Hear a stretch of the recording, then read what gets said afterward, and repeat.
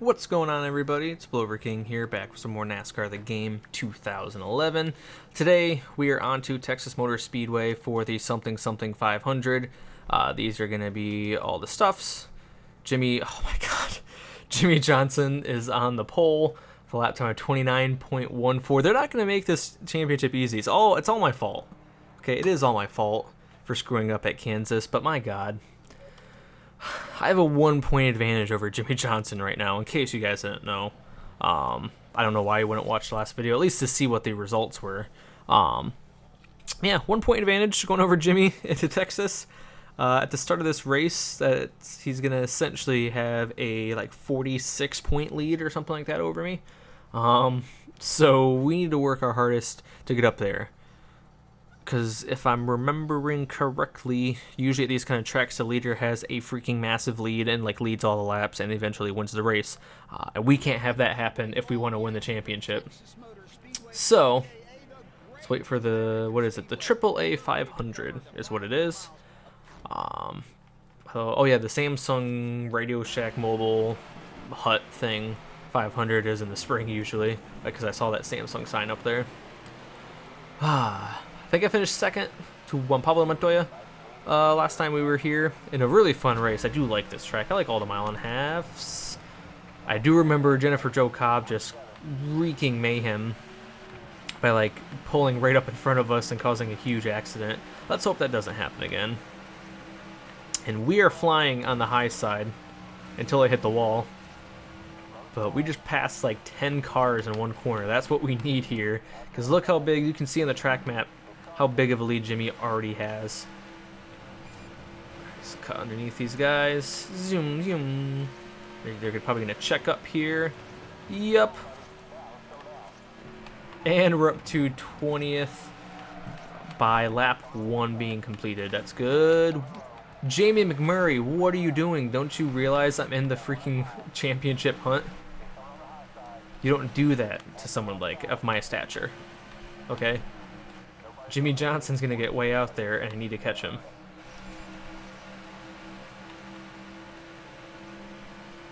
Alright, stay focused.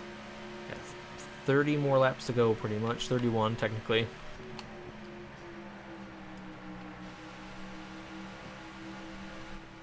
I wonder if you guys can hear my TV in the background. I have the 2013 Coca-Cola 600 going on in the background. I think it happened to be because my TV has that, it's a smart TV, so it has YouTube on it, and I just watch random videos, so it keeps going through, and it finally, after watching some compilation videos, oops, sorry Mark Martin, I think it finally found an actual race, and now it's been on for the past 3 hours. But I just have to have some sort of background noise going on. I'm just that kind of person. God, he's already has a whole straightaway lead on us. We have 15 cars in between us.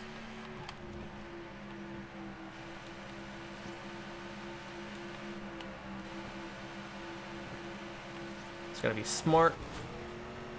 Why do I say that? Why? Every single time after I say something of that nature, every single race I've probably done it, and I've hit the wall or did something incredibly stupid. I was going through the corner, I was like, oh, just gotta be nice and smooth, and then I untap or something, and my car just goes right into the safer barrier.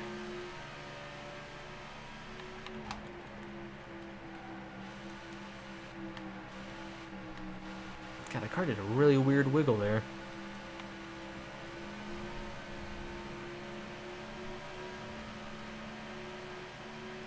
My car is getting loose on the straightaway for whatever reason.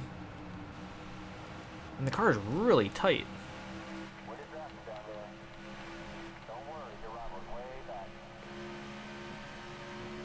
I don't think I'm really losing much time to Jimmie now.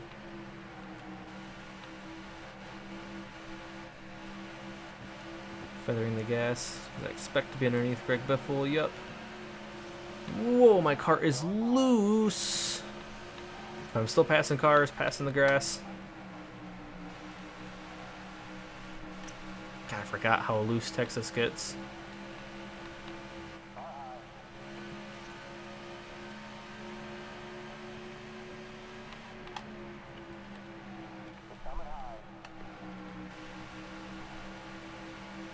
You know, I'll tell you what. besides Kansas, I've had about as good of a chase as one could hope for. But just that one race kind of screwed everything up.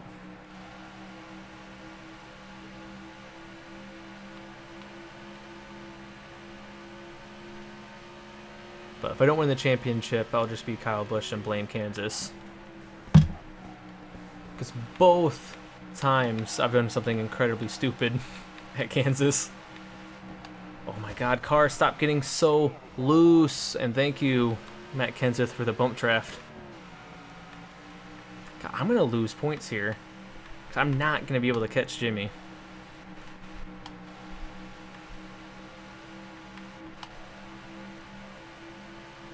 Oh, just in case you guys are wondering what's happening in the race that's going on in the background, it's right when Eric Almirola, Mark Martin, and Jeff Gordon got in that big crash. Because I heard DW going, well, let's see what happened here. Oh, Mark Martin's he's in the middle and stuff. I was like, oh, I remember that.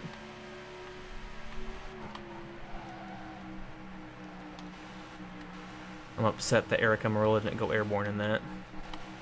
He spun out at the fastest part of the track at Charlotte.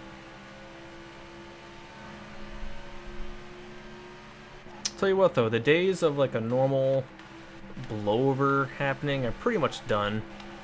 Like how, like, say for instance, like Elliott Sadler 2004, not his big one in 2003, the one in 2004 who just like spun into the grass and the car got airborne.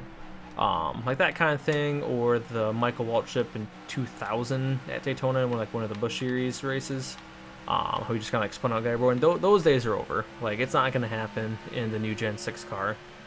The one that really made me realize it was pretty early on, it was actually in the first season of the Gen 6, was the October Talladega race, where on the last lap, I think pretty sure it was last lap, Austin Dillon got spun out coming off turn 2, and he was going backwards very fast. Like, he got spun out and was going backwards incredibly fast, where the banking was actually like lowering, so it would have technically helped his car get airborne if anything.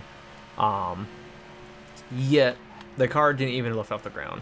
Now, it eventually did when Casey Mears plowed into the back of him, but that doesn't count. When he spun out there, I was like, wow, it's probably not going to happen. And at that point, there hadn't been one, so I was like, I guess it's just, the dream's dead. Blowovers are done in the Cup Series.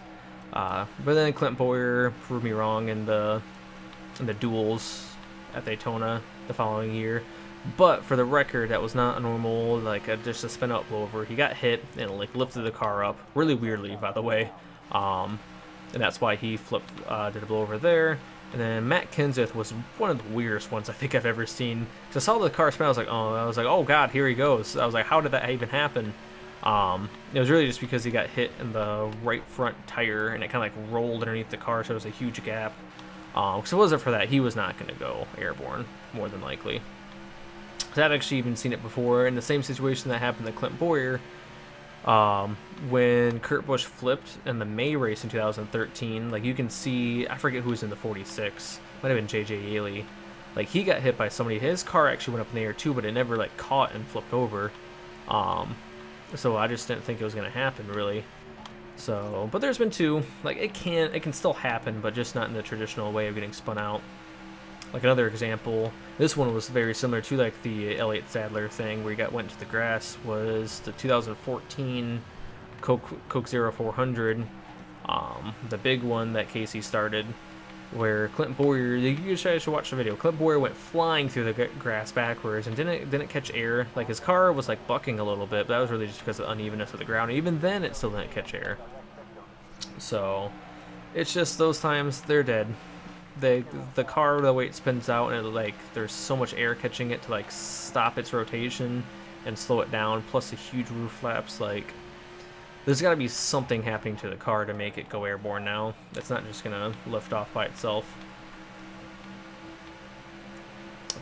One thing that made me like realize that, won't even like think of it recently, is I was watching like a radioactive thing from the Sears Coke Zero 400. Crap.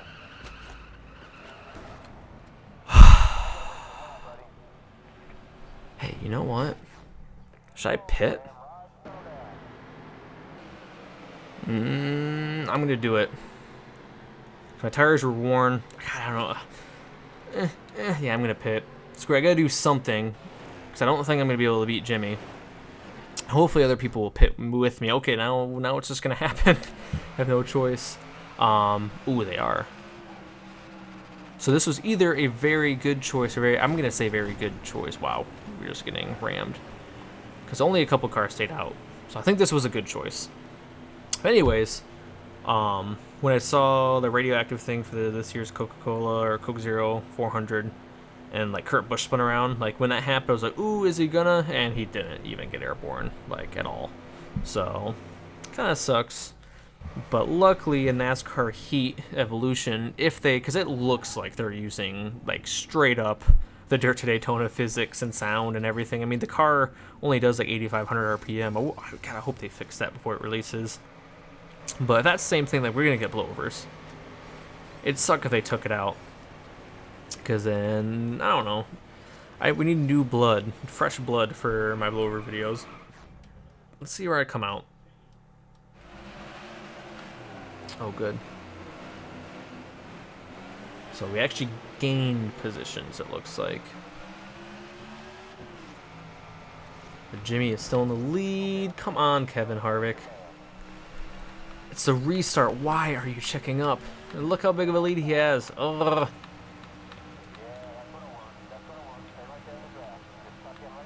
Alright, enough about NASCAR Heat Evolution. I gotta go and try to win this race.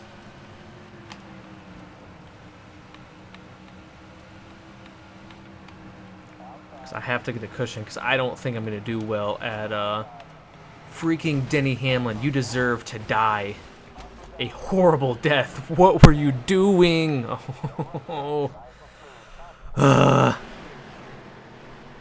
Look at that. Was he coming to the pit road?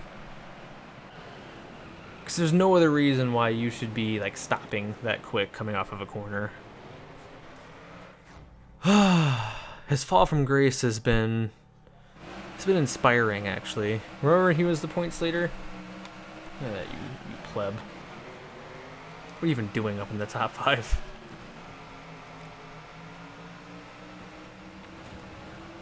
I'm just gonna run right into you, dude. I really don't care. That's right. Ooh. Up in the 3rd/2nd. Oh, he's in our sights. You know, this is kind of like the actual 2011 battle between Tony Stewart and Carl Edwards. Because now, like at this point in the season, they were virtually tied, and they were like either winning or coming in like 1st and 2nd and stuff every week.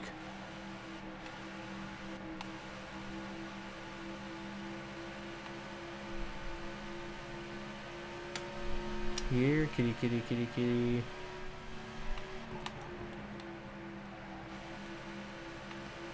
Tell you what, though, I'm definitely glad I pitted. That was a smart move. Because I don't think I would have had the tires to hold them off, especially with how many people pitted. Oops, sorry, we're in the high line, I guess.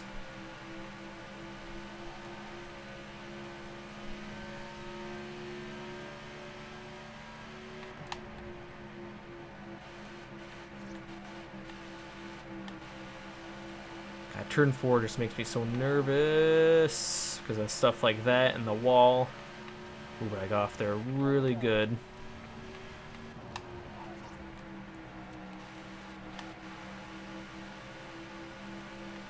I'm gonna get a big run off of turn 2.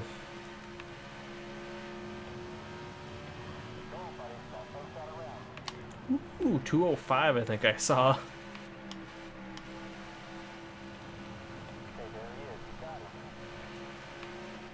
Whoa! I'm on the outside. Haha! See ya, Jimmie. Had the fastest lap of the race while passing a car. Alright. Just settle in here. He's not going to be able to pass me back. There's no way. As he almost passes me back. Biggest thing is that I need to be extra careful coming off turn 4, because all it takes is hitting that wall once and like it's over. Look how much of a lead we have over the pack. I guess I'm just going to run high in turns 1 and 2. My car is just not going to the bottom. Kind of diamond it slightly. Or rhombus it.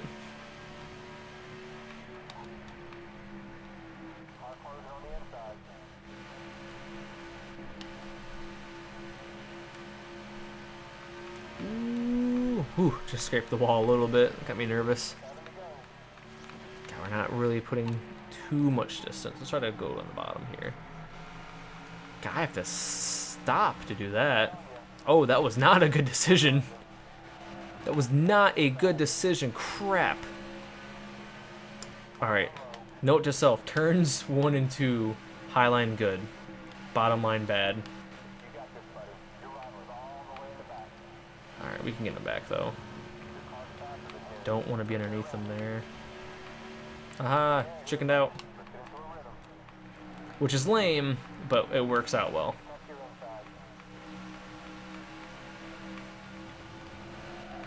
Ooh, buddy. Ooh, buddy.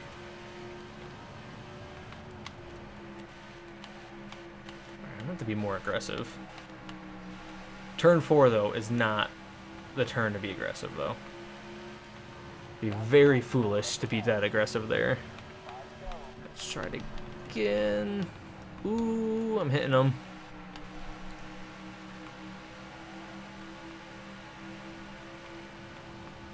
God, this is just like Juan Pablo Montoya, but I have enough to get by him. It's just staying in front of him. I don't know if the outside's the right move to make in turns 3 and 4, though, because I don't want to get squeezed into the wall.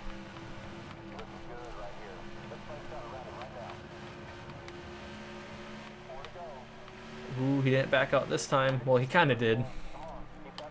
I'm just going to have to get in the gas early. Oh, crap. Yeah, turns 1 and 2 is not my turn. This is very similar to Casey Kane and Elliott Sadler, where my good turn is turns 3 and 4. My bad turns are 1 and 2.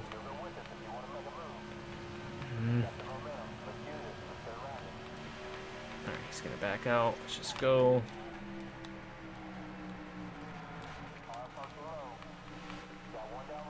God, I just cannot get through turns 1 and 2. Alright, let's try the inside here. Nope.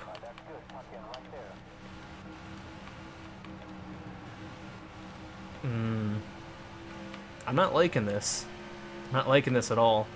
I have to do something to switch up turns 1 and 2 for me. Like, not hit the wall. Crap.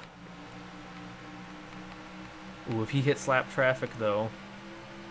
God, I was going way too fast into turns 1.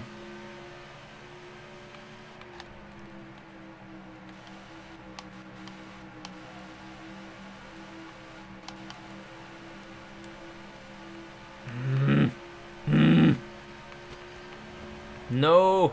This is not happening.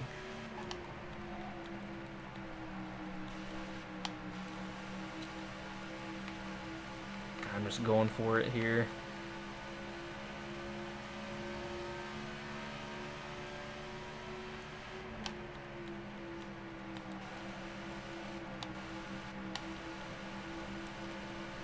Oh, why? Why? No, I needed to gain points.